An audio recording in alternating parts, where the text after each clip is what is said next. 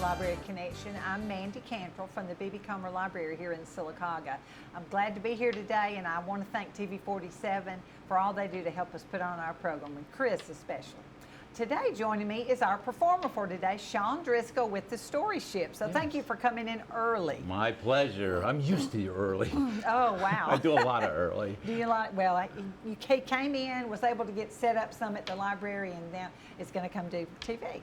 Well, tell us about yourself first. Okay, so I was born in Atlanta in 1959 to a very artistic family.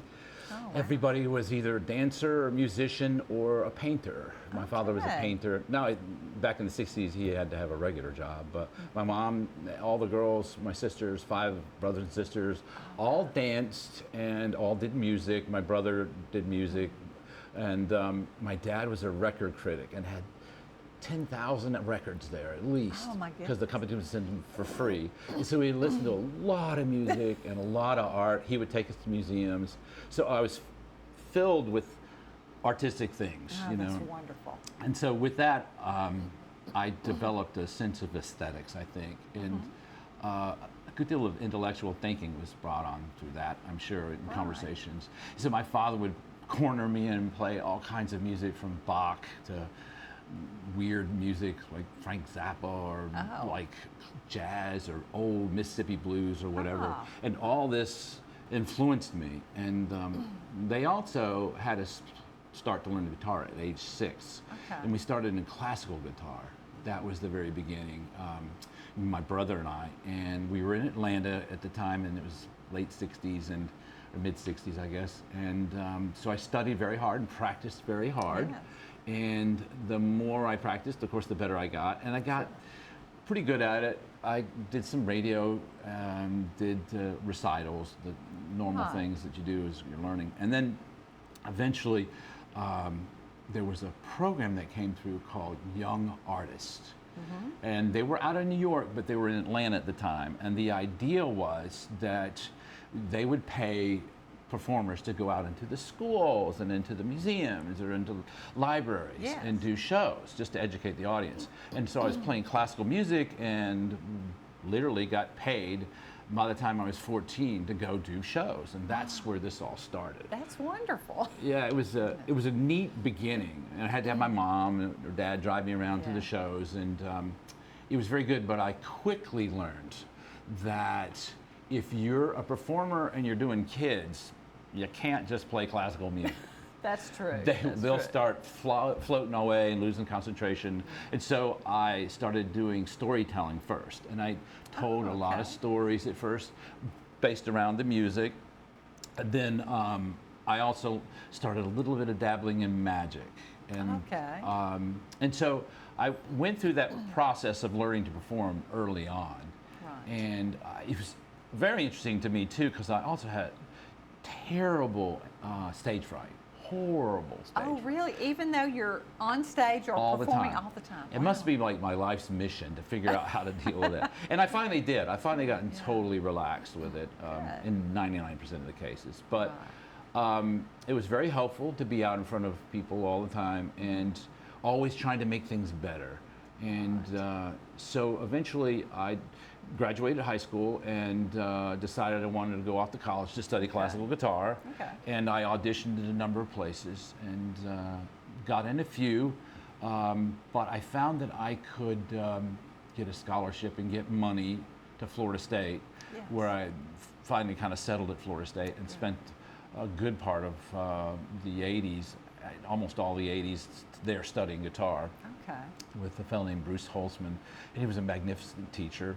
And I was still doing children's shows. So even through college, I would go off to a place called Sea Island, the Cloister. It's a beautiful resort, and South Georgia on the coast. And I would go there to do shows.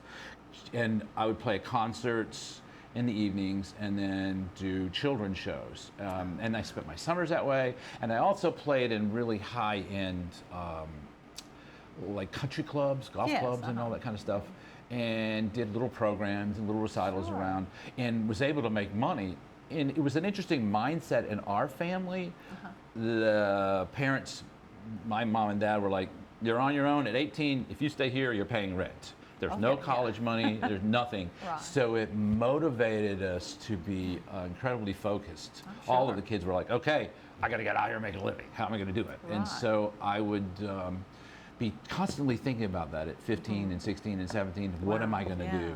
And with that, I marketed it all the time. And that's how it kind of it branched out into those other areas. And I was very fortunate. I also came along at a time when, you know, people didn't know much about classical guitar and storytelling was kind of a new thing. Right. And so it was easier, I would say, to find jobs. If Okay.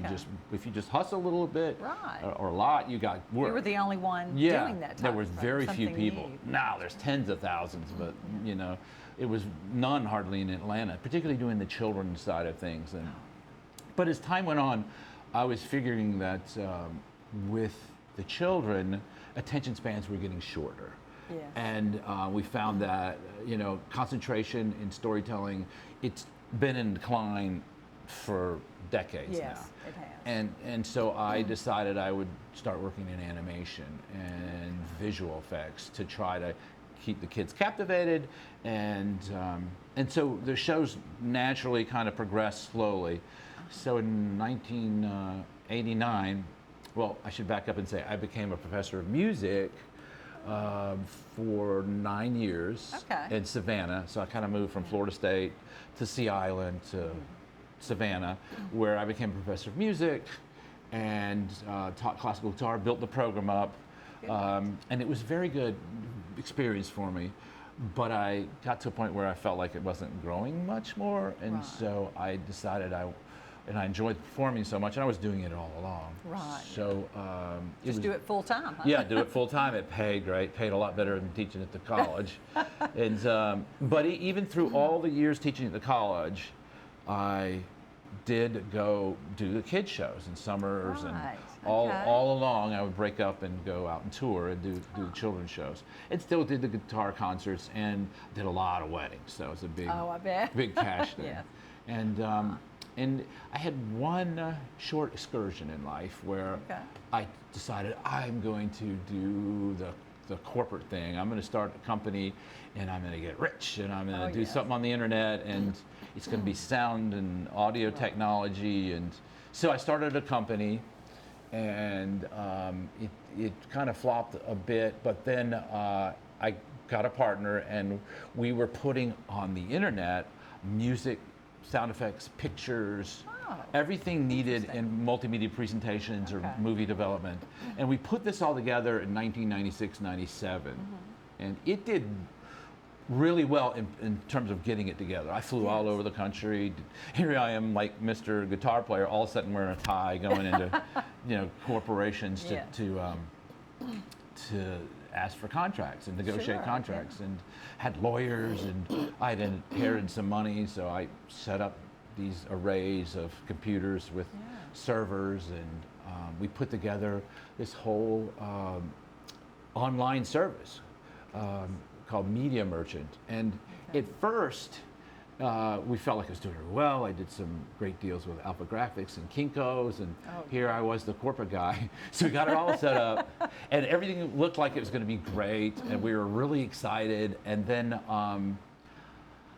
what seemed like a brilliant idea soon became, we're a little ahead of our time here. And Oh, okay. so the download speeds weren't fast enough to download the sound files or the video files or whatever we were selling, and so nothing was happening much. Oh, my. And I'm Yeah. sitting on all this equipment, and so well into about 9 months into it, we're starting to go bankrupt. I'm thinking, Oh. this is not going to work. Yeah. This is not going to happen.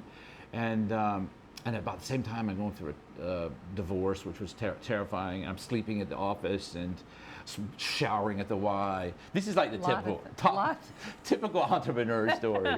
And then we're like a week or two away from trying to exit out from the lease, and then I get a knock on the door, and two guys walk in and say, we've heard about what you're doing. We represent a company in Savannah that does media, or newspaper, television, and real estate sales corporation. And so we'd like to discuss buying you. And so this great angel swoops in Yes. and buys us out. Oh, wonderful. And I sat on, I sat at the boardroom table reviewing budgets in my little tie and discussing our future and, and strategies and all that for about a year. And then I was like, I don't belong here. I could just feel. I'm a performer. I'm right? a performer, Yeah. I did all right. I made money. I got out in the nick of time, before markets went crazy on the internet. We made money, and then I decided it's time to go back to what I do, what I've always done. And I had been doing all along these things, performing guitar and children's stories Just and all that. kind of on the side. On the side, weekends and all kinds of stuff. Yeah. So that worked out great because I just kind of segued back into it. Right. And so that was mid-90s. And that's when I really got heavily into technology and animation. And animation was very slow. I was always thinking a little bit too far in advance, I think. Well, But ahead of your time. kind of, I guess. But then the tools got easier and easier to use to Okay. animate, and to create technological shows. And that's where. One thing I loved about your show. Either I saw it online or somebody told me that you used the screen and the animation and storytelling and music and things like that. It was so interesting. And I tell you, we're going to pause for a commercial break and we'll be right back and talk some more with Sean.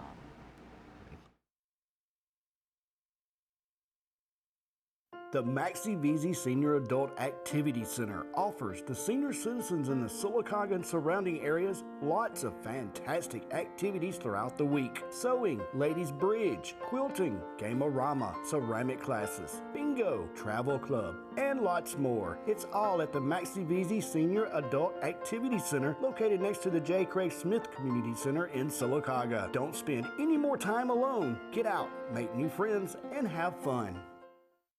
Coosa Valley Medical Center, one of the top 10 hospitals in Alabama, is also Sylacauga's largest employer. Services from the emergency room to surgery to cancer treatment to post-stroke care. You won't believe what's right in your backyard. It's Coosa Valley Medical Center in Sylacauga. So, if you're sick in Alabama, choose one of the top 10 hospitals in Alabama. That is Coosa Valley Medical Center. The all-new Marble City Pharmacy in Sylacauga is your destination for the highest quality health care. Our remodeled and expanded pharmacy gives us the space to serve more patients. We've added a drive-through window for those times when you don't feel like getting out of your vehicle. And we still offer delivery within city limits. We feature a full line of over-the-counter medications and supplements. And don't forget our stunning new gift department. New building, same great people. Marble City Pharmacy, here for life. Welcome back to Library Connection. I'm talking with Sean Driscoll, who is our performer at the library today. I came in early from Savannah or from wherever you're traveling in this area now, Right. to tell us a little bit about himself. Now, I know we were talking about somebody bought your business and you got to do performing full time. And what about that? So the business, was originally internet based. Yes. And I was trying to sell them TV shows and but that didn't go so well. They didn't have control over the sister stations. And Okay. so I backed out of that, sold my part of it, and went back to performing full time. And from there, technology was advancing, and I Yes. was excited about that, particularly tools in animation and to develop shows that were more what I was looking to do. So I was very interested in this notion of what they call immersive adventures or immersive Okay. experiences way back then. The idea being that we could take an audience on an experience that was where they were part of the whole solution to whatever problem. yes. So in every story, you have a problem and you have to overcome the problem. Right. That's like the basis of storytelling. So in the cases with my performances, the audiences are actually actively involved in the solving of whatever the problem is. That's fun. That keeps them engaged, Yes, I feel like. right, That's wonderful. right. And they are kind of led through and don't really even realize it a lot of times, I think. They just are knowing, okay, I'm going to figure out how to open this chest with this pirate, or I'm going to, rescue this girl in space from Alien, or whatever. It's just a complete immersive thought process where they're thinking that they are the solution instead of just observing a show or observing a series of events. I like that. and it's a neat cause, it's a neat purpose, a neat calling. It can be difficult. You have to really think about how you structure shows. And from that, and from the development of these shows, and I've developed 12 of them. Each one takes about 2 years. Oh, goodness. And is extremely intensive at first, because animation is extremely difficult to do. It's and it takes a staff sometimes. I might have 3 or 4 people under me helping in either character design or actual what's called tweening. And so in working with the staff, it also gave me a chance to work with other people, which was really exciting. Sure. And the big or wonderful thing about it is it also gave me other actors. So on screen in the shows, a lot of times there is an animated character, and instead of having a live actor, I have an animated character, which means, oh, guess what? I don't have to pay somebody extra salary. I pre-recorded. Right. But the problem with that is you got to be really good at timing. You got to practice your lines a lot and engage a lot with that genre, and so that helped tremendously in development, understanding that. And as time went on, I used that immersive experience and then other technologies to help me devise ways to keep kids engaged. And so I found eventually, like, gaming was a big part of kids' lives, particularly starting in 2013 and 14 and 15. And at that time, my son was born, and I was working with him, and we're playing all kinds of video games, and Nintendo and Wii. They were all very big back then. Oh, yeah. And so I was looking at the structure of gaming and how the storytelling developed in gaming, and was using a lot of that, the hero's journey, which I'd studied prior to that. But that's basically what all of gaming is taking kids on the hero's journey, essentially. And so I used those concepts and the gaming concepts to put together other shows. And for example, developed a show. The first show with gaming was actually just a gigantic digital board game done on an iPad, projected. So it was like a trail going to a pirate's treasure, and you move pieces, and you have 2 teams. And in the live version, you're rolling giant dice, and you're doing on-stage challenges. And I originally developed it for libraries, and it went really well. I mean, like, people loved the show. I mean, kids would be jumping up and down and screaming and having a blast. And along the way, as they moved their pieces, there were minute-to-win it challenges. Oh, yes, I love And those. so those challenges would help them move their pieces a space further. And there'd be music, and there'd be magic, and so... A little bit of everything. A little bit of everything involved in there. And it became, again, another immersive experience, but it's like a giant, big game show. And we developed one for construction, and we looked at other types of gaming. I say we, it's mostly me. Don't I get staff and people to help me out. But we worked to develop other types of gaming in the shows. And in one of my latest shows, the space show, where we're helping to rescue a young girl that's on my staff that's been kidnapped by aliens. Okay.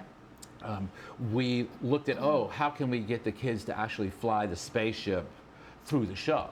So guests would come up on stage and help me fly the ship through an asteroid belt, or help us determine coordinates to get to our next destination, because we're constantly trying to catch up with the alien. And it's a great way to teach, like, the planets and the relationship between music and math.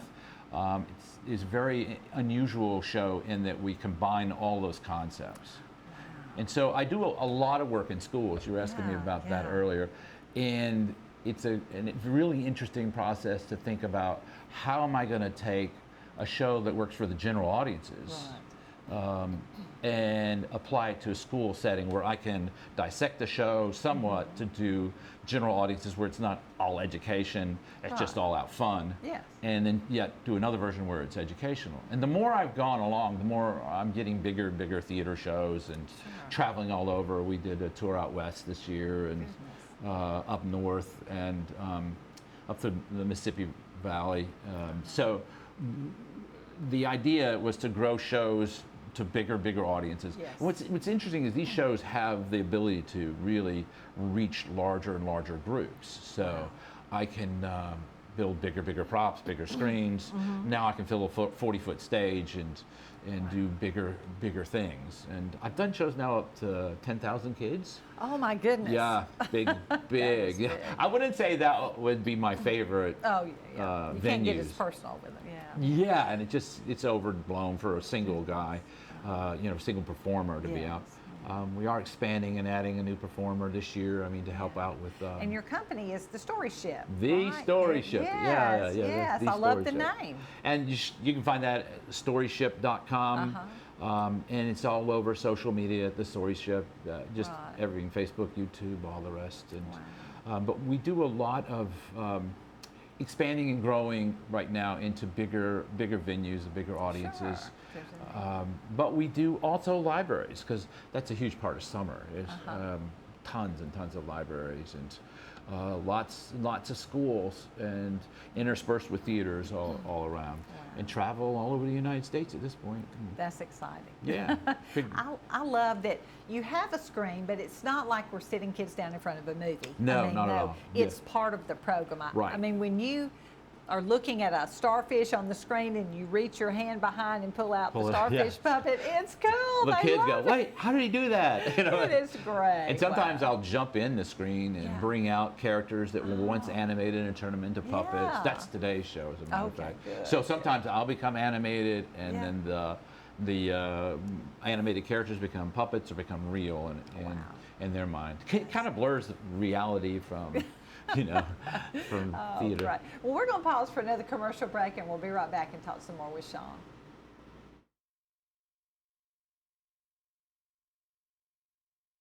The Maxie Veazey Senior Adult Activity Center offers the senior citizens in the Sylacauga and surrounding areas lots of fantastic activities throughout the week. Sewing, ladies bridge, quilting, game-o-rama, ceramic classes, bingo, travel club, and lots more. It's all at the Maxie Veazey Senior Adult Activity Center located next to the J. Craig Smith Community Center in Sylacauga. Don't spend any more time alone. Get out, make new friends, and have fun.